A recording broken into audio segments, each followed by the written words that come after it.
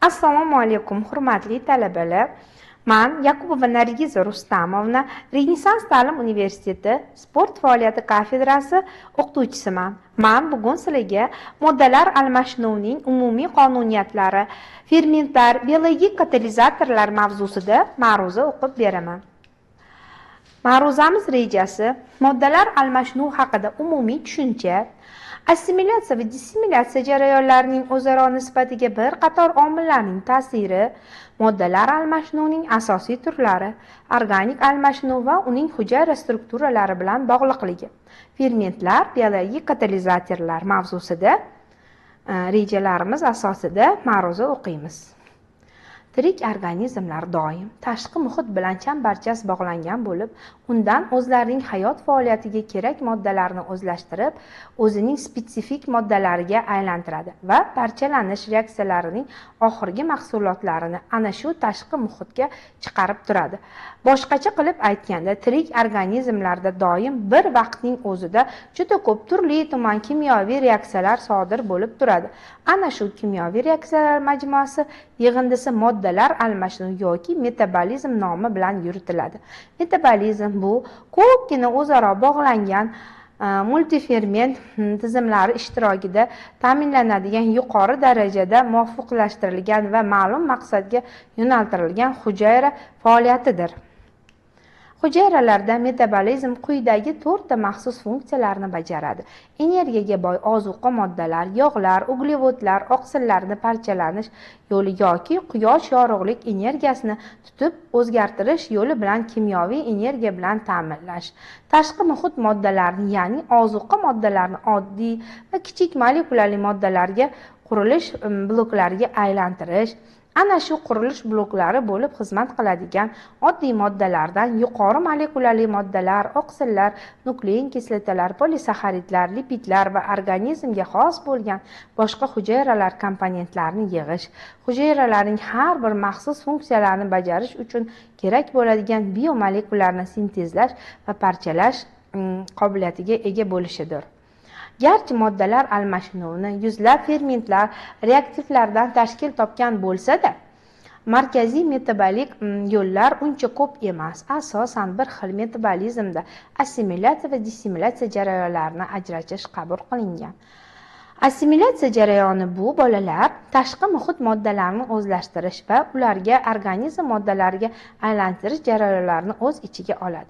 Odam va hayvon organizmida assimilyatsiya tashqi muhitdan kirayotgan organik va anorganik moddalarni shu organizmga spetsifik bo'lgan oqsillar, nuklein kislotalar, lipidlar, uglevodlar va boshqa hujayra komponentlarini hosil qilish, sintezlashga olib keladigan juda katta sonli kimyoviy reaksiyalarni o'z ichiga oladi.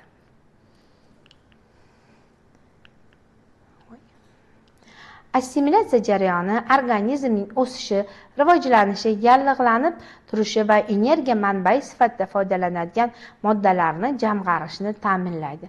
Dissimilyatsiya esa bolajonlar moddalar almashinuvining qarama-qarshi tomoni, murakkab organik birikmalarning parchalanishini, ya'ni oqsillar, nuklein kislotalar, yog'lar, uglevodlar, shu jumladan organizmga ozuqa tarkibiga kirayotgan oddiy moddalarga aylanishi va tashqi muhitni chiqarishi jarayonidir. Barcha organizmlarda dissimilyatsiyaning asosiy oxirgi mahsulotlar suv, karbonat angidrid, ammiak hisoblanadi. Assimilyatsiya va dissimilyatsiyani ikkita o'ziga mustaqil jarayonlar deb qarash mumkin emas. Bu o'sha bitta jarayonning bir-biridan ajralib bo'lmaydigan o'zgarchan chambarchas bog'langan ikkita tomonidir.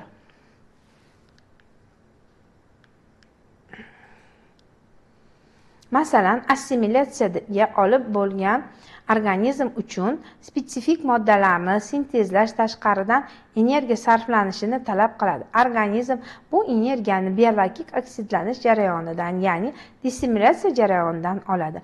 Odam organizmda assimilyatsiya va dissimilyatsiya jarayonining o'zaro nisbati va ularning borishi tezligi bir qator tashqi va ichki omillarga, odamning yoshi, muskullarning faolligi, ovqatlanishning sifati va miqdori, o'rab olingan muhitning va organizm o'zini harorati, masalan, kasal bo'lganda va boshqa ko'p omillarga bog'liq bo'ladi. Bolajonlar, asosan atrof muhitimiz, ekologiyamiz katta ta'sir o'tkazadi organizmimizga assimilyatsiya va dissimilyatsiya jarayonlarida. Biz yeyotgan ozuqa mahsulotlari, misol uchun o'z organizmimiz 36,6 haroratga mo'ljallangan. Agar undan oshib ham ketish kerak emas, tushib ham ketish kerak emas. O'shaning uchun ovqat massalarini, ichadigan suyuqliklarimizni ham o'sha me'yoriy miqdorda ichishimiz, tanovul qilishimiz tavsiya etiladi. Yosh o'sayotgan organizm assimilyatsiyani dissimilyatsiya ustidan ustunlik qilishi bilan ajralib turadi. Organizm moddalarni struktura oqsillari, fermentlar va fosfolipidlar bilan birga ta'minlaydi. Metabolizm va plastik va funksional almashinuv tashqi muhit bilan almashinuv va oraliq almashinuvdan farq qilib qabul qilingan. Plastik almashinuv deyilganda organizm uchun spetsifik bo'lgan moddalar, struktura moddalari, fermentlar, gormonlar, har xil sekretlar, shiralar energiya manbalarining zaxiralarini sintezlashga olib keladigan kimyoviy reaksiyalarning kompleksi tushuniladi. Funksional almashinuv bu hujayra, to'qima va organizmlarning, xullas butun organizm funksional faolliklarini ta'minlaydigan kimyoviy reaksiyalar kompleksi. Funksional almashinuv asosan energiyaning bir turidan boshqa turiga aylanishi jarayonlari bilan bog'langan. Plastik va funksional almashinuvlar orasida shu jarayonlarni amalga oshirish uchun kerak bo'lgan substratlar va ATFga raqobatchilik, konkurensiya bo'ladi. Adenozin trifosfat organizmda deyarli barcha energiya talab qiladigan biokimyoviy jarayonlar uchun universal, bevosita energiya manbai bo'lib xizmat qiladi. Uning organizmdagi zaxiralari uglevodlar, yog'lar, oqsillarning biologik oksidlanish jarayonlarida ajralib chiqqan erkin energiyani bir qismi hisobiga retsenziyalab tiklab turadi.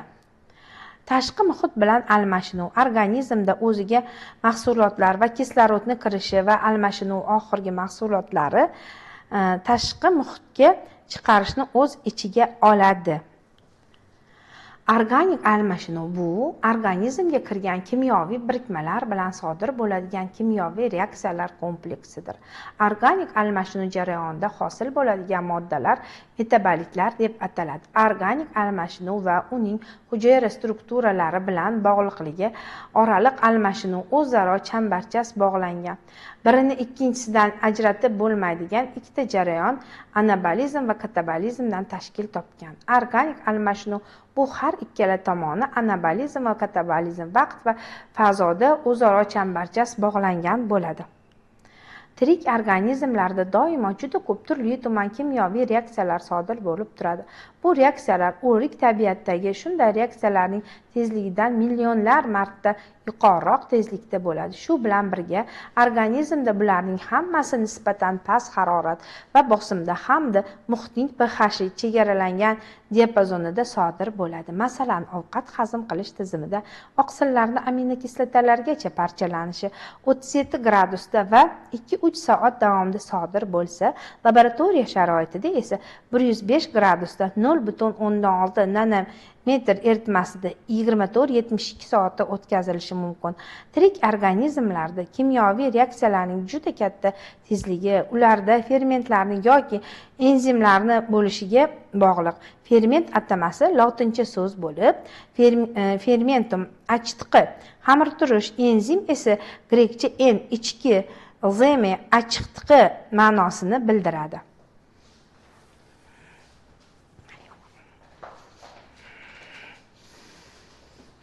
E'tiboringiz uchun rahmat. Qolgan ma'lumotlarni kutubxonadan olishingiz mumkin. Xayr.